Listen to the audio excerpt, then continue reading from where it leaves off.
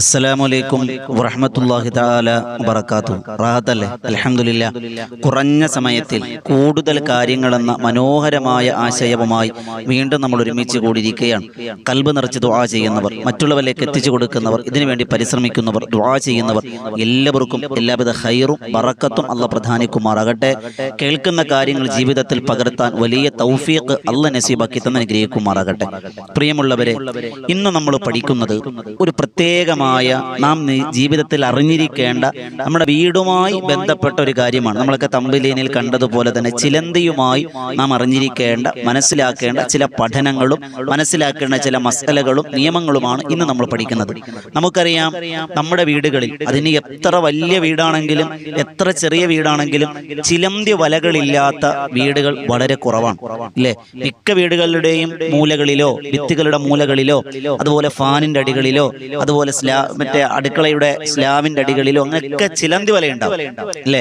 പലപ്പോഴും നമ്മൾ എത്ര അടിച്ചു കളഞ്ഞാലും അത് പോവില്ല. അങ്ങനെയുള്ള നമ്മുടെ വീടുകളിൽ സജീവമായി നമ്മൾ എന്നും കാണുന്ന ഒരു സാധനമാണ് ചിലന്തി വല. ആ ചിലന്തി വല എന്താണ്, അല്ലെങ്കിൽ ചിലന്തിയെ പറ്റിയാണ് ഇന്ന് നമ്മൾ പഠിക്കുന്നത്. ചിലന്തിയെ കൊല്ലാമോ? അവിടെയാണ് ഒന്നാമത്തെ ചോദ്യം. നമുക്കറിയാം, നമ്മുടെ കുടുംബത്തിൽ കുറെ വല്യുമ്മമാരുണ്ട് നമ്മുടെ നാടുകളിൽ. അവർ ചില നിയമങ്ങൾ പറയും. അത് കിതാബിന്റെ അടിസ്ഥാനമുണ്ടോ, ദീനിന്റെ അടിസ്ഥാനമുണ്ടോ, കിതാബുകളിൽ അതൊന്നുമില്ല. ഉപ്പാപ്പമാരത് പറയും, അത് നിയമമാണ്. ഉമ്മാമ്മമാരത് പറയും, നിയമമാണ്. ചില ആളുകൾ പറയും ചിലന്തിയെ കൊല്ലാൻ പാടില്ല, ചില ആളുകൾ പറയും ചിലന്തിയെ കൊല്ലാം. എന്താണ് ഇതിന്റെ സത്യാവസ്ഥ, അല്ലേ? നമുക്കറിയാം, ചിലന്തിയെ കൊല്ലാൻ പാടില്ല എന്ന് പറയുന്ന ആളുകൾ പറയുന്ന ന്യായം, അള്ളാഹുവിന്റെ പ്രവാചകൻ നബിയുനാ റസൂലുള്ളാഹി സ്വല്ലല്ലാഹു അലൈഹി വസല്ലമ തങ്ങൾ സൗർ എന്ന ഗുഹയിൽ അഭയം പ്രാപിച്ചപ്പോൾ അബൂബക്കർ സിദ്ദീഖ് റളിയല്ലാഹു അൻഹുവും നബി തങ്ങളും അതിനകത്ത് പ്രവേശിച്ചപ്പോ ചിലന്തി വന്നു വല കെട്ടി. അപ്പൊ ശത്രുക്കൾ വന്നപ്പോ ചിലന്തി വലയുണ്ട്. അപ്പൊ മനുഷ്യൻ അതിനകത്ത് പ്രവേശിച്ചാൽ ചിലന്തി വല കെട്ടൂല. അപ്പൊ അതുകൊണ്ട് വല ഉള്ളത് കൊണ്ട് ആളില്ല എന്ന് മനസ്സിലാക്കി അവർ പോയി. നബി തങ്ങളെ രക്ഷിച്ച ജീവിയാണ് ചിലന്തി, അതുകൊണ്ട് കൊല്ലാൻ പാടില്ല. മറ്റു ചിലർ പറയുന്നുണ്ട് കൊല്ലാം, അത് ഉപദ്രവകാരിയാണ്, ശല്യമാണ്, അതുകൊണ്ട് കൊല്ലാം എന്ന ചില വിഭാഗം. ഇതിലേതാണ് സത്യം? നമുക്ക് ഏതാണ്? നിങ്ങൾക്ക് ഏതാ പറയാനുള്ളത്? നിങ്ങളൊന്ന് കമന്റ് ചെയ്ത, കൊല്ലണോ കൊല്ലണ്ടേ? നിങ്ങളൊന്ന് അഭിപ്രായം കമന്റ് രേഖപ്പെടുത്തും. എന്നാലും നബി തങ്ങൾ പറഞ്ഞ ഹദീസ് നമുക്ക് നോക്കാം. അള്ളാഹുവിന്റെ റസൂൽ സ്വല്ലല്ലാഹു അലൈഹി വസല്ലമ തങ്ങളോട് പറഞ്ഞു, ചിലന്തി എന്നുള്ളത് പിശാചാണ്. അതിനെ നിങ്ങൾ എവിടെ കണ്ടാലും ഫഖ്തുലു, കൊന്നു കളയണമെന്ന് നബിയുനാ റസൂലുള്ളാഹി സ്വല്ലല്ലാഹു അലൈഹി വസല്ലം നബി തങ്ങളുടെ ഹദീസാണ്. ഇതിലപ്പുറം വേറൊരു വാക്ക് വേണ്ട. ഏത് ഉപ്പാപ്പ പറഞ്ഞാലും ഏത് ഉമ്മാമ പറഞ്ഞാലും നബി തങ്ങളുടെ വാക്കിനപ്പുറം ഒരു വാക്കില്ലേ?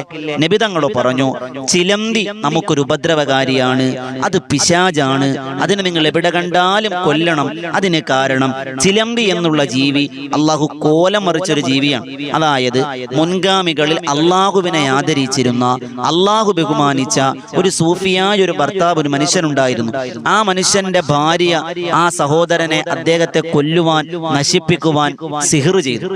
ആ സിഹ്ർ ചെയ്തതിന്റെ തൽഫലമായി അള്ളാഹു ആ പെണ്ണിനെ ചിലന്തിയായി കോലം മറിച്ചതാണ്. അതുകൊണ്ടാണ് ചിലന്തിയെ പിശാചായി കണക്കാക്കപ്പെടുന്നത്. ആ ചിലന്തിയെ കൊല്ലൽ നിർബന്ധമാണ്. കണ്ടാൽ കൊല്ലണം, ഉപദ്രവകാരിയാണ്, അതിനെ കൊല്ലണം. നമ്മുടെ വീട്ടിൽ ചിലന്തിയെ കണ്ടാൽ നമ്മൾ കൊന്നു കളയണം, അത് ഉറപ്പാണ്. അതിൽ വേറെ ഒരു ഇസ്ലാം കാരുണ്യത്തിന്റെ മതമല്ല ഉസ്താദെ. ഏതെങ്കിലുമൊക്കെ ജീവിയെ കൊല്ലാൻ പറഞ്ഞിട്ടുണ്ടോ? കൊല്ലാം, പക്ഷെ എങ്ങനെ കൊല്ലണം അതിനു കൂടി ദീൻ പറയുന്നുണ്ട്. അവിടെയാണ് ഉലഹിയ മൃഗത്തെ അറുക്കുമ്പോ, നമ്മൾ ഏതൊരു മൃഗത്തെ അറുക്കുമ്പോൾ എന്തൊക്കെ പാലിക്കണം, അത് നിയമം ദീൻ പറയുന്നുണ്ട്. നമ്മൾ പല്ലിയെ കൊല്ലുക, പല്ലിയെ കൊല്ലൽ സുന്നത്താണ്. ഒരടിക്ക് കൊന്നാൽ 100 നന്മയാണ്. അവിടെ കാരുണ്യമാണ് കാണിച്ചു. ഒറ്റയടിക്ക് കൊല്ലണം. അതിനിങ്ങനെ ഇഞ്ചിഞ്ചായി കൊല്ലരുത്, അതിന് വേദനിക്കും. ഒറ്റയടിക്കാൻ കൊന്നേക്കുക, 100 നന്മയുണ്ട്. ചിലന്തി അങ്ങനെ തന്നെ, ഒറ്റയടിക്കാൻ കൊന്നേക്കുക. അത് കൊല്ലുമ്പോൾ പ്രത്യേകം ശ്രദ്ധിക്കേണ്ട ഒരു കാര്യം, ശ്രദ്ധിച്ച് കൊന്നില്ലെങ്കിൽ അതിൻ്റെ ശരീരത്തിൽ ചില ചലങ്ങളുണ്ട്. അത് ദേഹത്തേക്ക് തെറിച്ചാൽ അവിടെ രോഗങ്ങളും ചൊറിയും ബുദ്ധിമുട്ടും പ്രയാസങ്ങളും വരാം. അത് മരണത്തിലേക്ക് വരെ കാരണമാകാമെന്ന് മഹത്തുക്കൾ രേഖപ്പെടുത്തുന്നുണ്ട്. പ്രത്യേകം ശ്രദ്ധിക്കണം. അപ്പൊ അതുപോലെ ചിലന്തിയുടെ വിഷയം അവിടെ തീർന്നു. ഇനി നമുക്ക് ചർച്ച ചെയ്യാനുള്ള ചിലന്തിയുടെ വലയാണ്. എന്താണ് ചിലന്തി വല? ആ ചിലന്തി വല നമുക്കറിയാം. വീടുകളിൽ ചിലന്തി വല ഇരുന്നാൽ അള്ളാഹുവിന്റെ റസൂൽ സ്വല്ലല്ലാഹു അലൈഹി വസല്ലം തങ്ങൾ പറഞ്ഞു എന്താണ് ചെയ്യേണ്ടത്? ചിലന്തി അവിടെ ഇരുന്നാൽ നബി തങ്ങൾ പറഞ്ഞു ആ വീട്ടിൽ ദാരിദ്ര്യമുണ്ടാകുമെന്ന് നബിയുനാ റസൂലുള്ളാഹി സ്വല്ലല്ലാഹു അലൈഹി വസല്ലം. പക്ഷേ നമ്മുടെ നാടുകളിൽ, നമ്മുടെ വീടുകളിൽ, കുടുംബത്തിലൊക്കെ ഒരു ചർച്ചയുണ്ട്. ഈ ചിലന്തി വല ആണുങ്ങൾ അടിച്ചാൽ പിന്നെ വരൂല.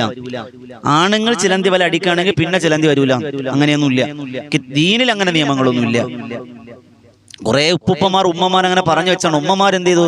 പണ്ടത്തെ ഉമ്മമാർ, ഞാൻ മനസ്സിലാക്കുന്നത് ഉപ്പാപ്പന്മാർക്ക് പണി കൊടുക്കാൻ വേണ്ടി ആണുങ്ങൾ അടിച്ച വല പിന്നെ വരൂല എന്ന് പറയപ്പോ പാവപ്പെട്ടവന്മാർ ചെയ്യുമല്ലോ, പാവപ്പെട്ട ഉമ്മമാർക്ക് സ്വസ്ഥത ഉണ്ടാവുമല്ലോ എന്ന് ചിന്തിച്ചിട്ടായിരിക്കാം. പക്ഷേ ചിലന്തിയെ കൊന്നാൽ പിന്നെ അവിടെ ചിലന്തി വരൂലല്ലോ വല കെട്ടാൻ. അപ്പൊ ആദ്യം ചെയ്യേണ്ടത് അതിന്റെ മൂല്യ കാരണത്തെ നശിപ്പിക്കലാണ്. ചിലന്തിയെ കൊല്ലുക. ആ ചിലന്തി വല ആണെടുത്താലും പെണ്ണെടുത്താലും ആ ചിലന്തിയെ കൊല്ലുന്നതോടുകൂടിയാ പിന്നെ ആ ചിലന്തി അവിടെ വല കെട്ടൂല. അടുത്ത ചിലന്തി വരും, അതിനെ കൊല്ലുക. അതാണ് അതിന്റെ പോംവഴി. അത് പ്രത്യേകം നമ്മൾ ശ്രദ്ധിക്കുക. അല്ലാതെ ആണ് അടിച്ചാൽ ആണുങ്ങൾ ആ വലയെ നീക്കം ചെയ്താൽ പിന്നെ വരൂല, പെണ്ണുങ്ങൾ അടിച്ചാൽ വീണ്ടും വരും, അങ്ങനെയൊന്നുമില്ല. അത് പ്രത്യേകം നമ്മൾ മനസ്സിലാക്കുക. വീട്ടിൽ ചിലന്തി വല ഇരുന്നാൽ ആ വീട്ടിൽ ദാരിദ്ര്യം ഉണ്ടാകുമെന്ന് നബിയുനാ റസൂലുള്ളാഹി സ്വല്ലല്ലാഹു അലൈഹി വസല്ലം. ഇനി ഉസ്താദെ, നമ്മുടെ കയ്യിലോ വസ്ത്രത്തിലോ ചിലന്തി വല പറ്റിയാൽ നിസ്കരിക്കാൻ പറ്റുമോ? ആ നജസാണോ? നജസല്ല. നബി തങ്ങൾ പറഞ്ഞു ചിലന്തി വല നജസല്ല. നമുക്കറിയാം ചിലന്തി വല പ്രത്യേകതയുണ്ട്. അത് കയ്യിലൊക്കെ പറ്റൽ ഇങ്ങനെ ഒട്ടും. ശ്രദ്ധിച്ചിട്ടുണ്ടോ? ആ ചിലന്തി വലയിൽ കൂടി ഏത് പ്രാണികൾ പോയാലും അവിടെ കുടുങ്ങും, പക്ഷെ ചിലന്തി മാത്രം കുടുങ്ങൂല. അതാണ് എന്റെ പ്രത്യേകത. അള്ളാഹു അവിടുത്തെ അനുഗ്രഹമാണ്. അപ്പൊ എന്ത് ചെയ്തു? ആ ചിലന്തി വല നമ്മുടെ കയ്യിൽ പറ്റുമെങ്കിൽ എടുത്ത് കളയുക. അതുണ്ട്, നമ്മൾ അറിയാതെ പറത്ത് പറ്റി നിസ്കരിച്ചു കഴിഞ്ഞപ്പോഴാണ് ചിലന്തി വല കണ്ടത്, അപ്പൊ അത് നജസാണ് എന്ന് ചിന്തിക്കണ്ട. ചിലന്തി വല നജസല്ല. ഇനി മറ്റു ചില നാടുകളിൽ, ഇപ്പോഴും ചില നാടുകളിൽ കാണാം, ഈ ഉൾഗ്രാമങ്ങളിൽ കാണാം, എന്താ പറയാ, മുറിവ്, കയ്യിലൊരു മുറിവ് പറ്റിയാൽ പഴമക്കാർ ഈ കുറെ ചിലന്തി വല ഇങ്ങനെ എടുത്തിട്ട് ആ മുറിവിൽ ഇങ്ങനെ വെക്കും. അങ്ങനെ വെച്ചാൽ രക്തം നിൽക്കുമെന്നാണ് അവരുടെ വിശ്വാസം. അതിൽ ദീനിൽ എന്തെങ്കിലും അടിത്തറയുണ്ടോ? ദീനിൽ അടിസ്ഥാനമുണ്ട്. മഹാരഥന്മാർ കിതാബുകൾ രേഖപ്പെടുത്തി വെച്ചിട്ടുണ്ട്. ചിലന്തി വല മുറിവ് ഉള്ളെടുത്ത് രക്തം വരുന്നിടത്ത് രക്തം ഒന്ന് വേഗം ഒന്ന് തുടച്ചിട്ട് ഈ ചിലന്തി വല വെച്ചാൽ രക്തം നിൽക്കാനും ആ മുറിവ് വേഗം ഉണങ്ങാനും ഒരു മരുന്നാണ് എന്ന് നമുക്ക് ചില കിതാബുകൾ കാണാം. എന്ന് കരുതി ഒരു വലിയ മുറിവ് വന്നിട്ട് ആശുപത്രി പോകാതിരിക്കരുത്.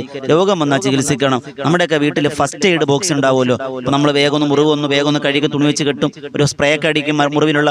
അതുപോലെ ഒന്ന് വേഗം ചെയ്യാം, എന്നിട്ട് ഹോസ്പിറ്റലിൽ പോകണം. നമ്മൾ വലിയ തവക്കുലിന്റെ ആൾക്കാരാകണ്ട. നമ്മൾ രോഗം വന്നാൽ ചികിത്സിക്കണം, സുന്നത്താണ്. നാം പറഞ്ഞു ഇങ്ങനെ കിതാബിൽ ഉണ്ട് എന്ന അവസരോചിതമായി പറഞ്ഞു എന്ന് മാത്രം. നാളെ മുതൽ വലിയൊരു മുറിവ് പറ്റിയിട്ട് ചിലന്തി വല കൊണ്ടുവച്ചിട്ട് മുറിവ് ഉണങ്ങണില്ല എന്ന് പറഞ്ഞ് നിങ്ങൾ പരാതി പറയാൻ നിൽക്കരുത്. കിതാബുകൾ ഉള്ള കാര്യം നിങ്ങളോട് പറഞ്ഞു എന്ന് മാത്രം. അങ്ങനെ ചിലന്തി വല വെക്കൽ കൊണ്ട് രക്തം നിൽക്കുമെന്നും മുറിവ് ഉണങ്ങുമെന്നും മഹത്വക്കൾ രേഖപ്പെടുത്തി വെക്കുന്നുണ്ട്. അപ്പൊ ചിലന്തി വല നജസല്ല. മുറിവുകൾ ഉപയോഗിക്കൽ ഒരു ചികിത്സാ രീതിയായി മുൻഗാമികൾ ചെയ്തിട്ടുണ്ട്. അത് പലർക്കും അനുഭവമുള്ളതായി ഇപ്പോഴും ചില ഉൾഗ്രാമങ്ങളിൽ അത് ഉപയോഗിക്കുന്നുണ്ട് എന്ന് നമുക്ക് മനസ്സിലാക്കാം. ഇനി മറ്റൊരു കാര്യമാണ്, ഈ ചിലന്തി വല വരാതിരിക്കാൻ എന്തെങ്കിലും മാർഗമുണ്ടോ? മാർഗമുണ്ട്. ചിലന്തി വീട്ടിൽ വരാതിരിക്കാൻ ഒരു ഇല പുകച്ചാൽ മതി. ഏതാണ് ആ ഇല? ആ ഇല നമ്മുടെ വീട്ടിൽ പുകച്ചാൽ അത് പച്ച ഇലയായും കിട്ടും, അത് ഉണങ്ങിയിട്ടും കിട്ടും. കൂടുതലും എനിക്ക് തോന്നുന്നു, എന്റെ നിഗമനത്തിൽ ഗൾഫ് രാജ്യങ്ങളിലാണ് കൂടുതൽ ഇത് കിട്ടുക.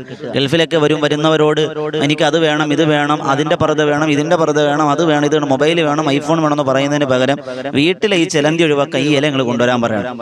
ഏതാണെന്നറിയോ? വറക്കുൽ ആസ് എന്നാണ് ആ ഇലയുടെ പേര്. വറക്കുൽ ആസ്, ആസ് മരത്തിന്റെ ഇല. ഇവിടങ്ങളിൽ കിട്ടുമെന്ന് എനിക്കറിയില്ല. കൂടുതലും പ്രവാസികൾ, ഈ കടകളിലൊക്കെ ഉള്ള സൂപ്പർ മാർക്കറ്റിലൊക്കെ ഉള്ള പ്രവാസികളോട് ചോദിച്ചപ്പോൾ അവരൊക്കെ പറഞ്ഞ അറബികൾ വന്ന് ഇങ്ങനെ വാങ്ങലുണ്ട്. അവിടെ ഇങ്ങനെ പാക്കറ്റ് ആയി ടിന്നുകളിൽ ഗൂഗിളിൽ നിങ്ങൾ വറക്കുൽ ആസ് എന്ന് അടിച്ചു നോക്കുക. അറബി ടൈപ്പിംഗ് അങ്ങനെ അടിച്ചു നോക്കുക, അതിന്റെ ഇല കിട്ടും. വറക്കുൽ ആസ് എന്നാണ് അതിന്റെ പേര്. അപ്പൊ നമ്മുടെ നാടുകളിൽ കിട്ടുമെന്ന് എനിക്കറിയില്ല. നാളെ മുതൽ ഞാൻ മുമ്പ് ഒരു വീഡിയോ ചെയ്തിരുന്നു. വെള്ളത്തിൽ ഇലയിട്ടിട്ട് അത് കുടിച്ചാൽ 100ഓളം രോഗങ്ങൾക്ക് ശിഫയാണെന്ന് പറഞ്ഞിട്ട് ഒരു ഇല. ആ ഇലയുടെ പേര് ഞാൻ ഓർക്കണ്ട. ആ ഒരു ഇലയുടെ കുറിച്ച് ഇങ്ങനെ പറഞ്ഞിരുന്നു. ആ ഇല കുറേ വിളികൾ, അത് ഏത് കടയിൽ കിട്ടും, ഏത് കട. എനിക്ക് അതിന്റെ ഹോൾസെയിൽ കച്ചവടം ഇല്ല, റീറ്റെയിൽ കച്ചവടവും ഇല്ല. ഞാനിങ്ങനെ കിതാബിൽ കാണും. നിങ്ങൾക്ക് ഉപകാരപ്രദമാകുമെങ്കിൽ ഉപകാരപ്രദമാകട്ടെ എന്ന് ഓർത്തിട്ട് നിങ്ങളോട് പറഞ്ഞതാണ്. അത് എന്നെ വിളിച്ചിട്ട് ആ കടയിൽ കിട്ടുമോ ഈ കടയോട് ചോദിച്ചിട്ട് കാര്യമില്ല. ഞാൻ ഇപ്പോഴും പറയുന്നു, കൂടുതലും വറക്കുൽ ആസിന്റെ ഇല ഗൾഫ് രാജ്യങ്ങളിൽ എപ്പോഴും സുലഭമായി കിട്ടലുണ്ട് എന്ന് പ്രവാസികൾ പറയുന്നതായി കേൾക്കാം. ആ ഇല വീട്ടിൽ പുകച്ചാൽ ചിലന്തി അധികം അവിടെ ഇരിക്കാൻ പറ്റും. ചിലന്തി ഇങ്ങനെ ചിലന്തി ഉണ്ടാവൂല. അത് പ്രത്യേകം ചിലന്തിക്ക് വരാൻ ബുദ്ധിമുട്ടാണ്. ചിലന്തി അവിടെ താമസിക്കൂല. ചിലന്തിക്ക് ഇരിക്കൽ ബുദ്ധിമുട്ട്. നമ്മൾ ഈ എന്താ പറയാ, ഈ ഉറുമ്പിനൊക്കെ നമ്മൾ മുമ്പ് ഉറുമ്പിന്റെ ശല്യത്തിന് ഒരു സൂറത്ത് നമ്മൾ ഒരു മരുന്ന് ഈ ചാനൽ നമ്മൾ ചെയ്തിട്ടുണ്ട്. അതുപോലെ നമ്മൾ ഈ ബിറ്റും അതും ഇതൊക്കെ അടിക്കൂലേ, മൂട്ടയ്ക്കും അതും. അതുപോലെ ഇതിന്റെ പുക ഇങ്ങനെ വരുമ്പോൾ ചിലന്തിക്ക് ഭയങ്കര അരോചകമാണ്, ചത്തു വീഴും, ചിലന്തി പിന്നെ ആ ഭാഗത്ത് വരൂല എന്നൊക്കെ മഹാരഥന്മാർ രേഖപ്പെടുത്തി വെക്കുന്നുണ്ട്. അപ്പൊ ഈ വറക്കുലാസിന്റെ ഇല ചിലന്തി വല വരാതിരിക്കാൻ, ചിലന്തി വീട്ടിൽ വരാതിരിക്കാൻ പ്രത്യേകം അത് പുകയ്ക്കൽ നല്ലതാണ് എന്ന് കാണാം. അള്ളാഹു നല്ലത് മനസ്സിലാക്കാൻ തൗഫീഖ് അനുഗ്രഹിക്കുമാറാകട്ടെ. ഇൻഷാ അല്ലാഹ് ഇതുപോലെയുള്ള ഉപകാരപ്രദമായ അറിവുകൾക്കായി ഈ വോയിസ് ഓഫ് ഷഫീഖ് ബദ്രി എന്ന ചാനൽ നിങ്ങൾ സബ്സ്ക്രൈബ് ചെയ്യുക. ഇൻഷാ അല്ലാഹ് പുതിയ ഒരു അറിവുമായി വീണ്ടും കണ്ടുമുട്ടാം. ദുആ വസിയത്തോടെ. അസ്സലാമു അലൈക്കും വറഹ്മത്തുള്ളാഹി തആല വബറകാതുഹു.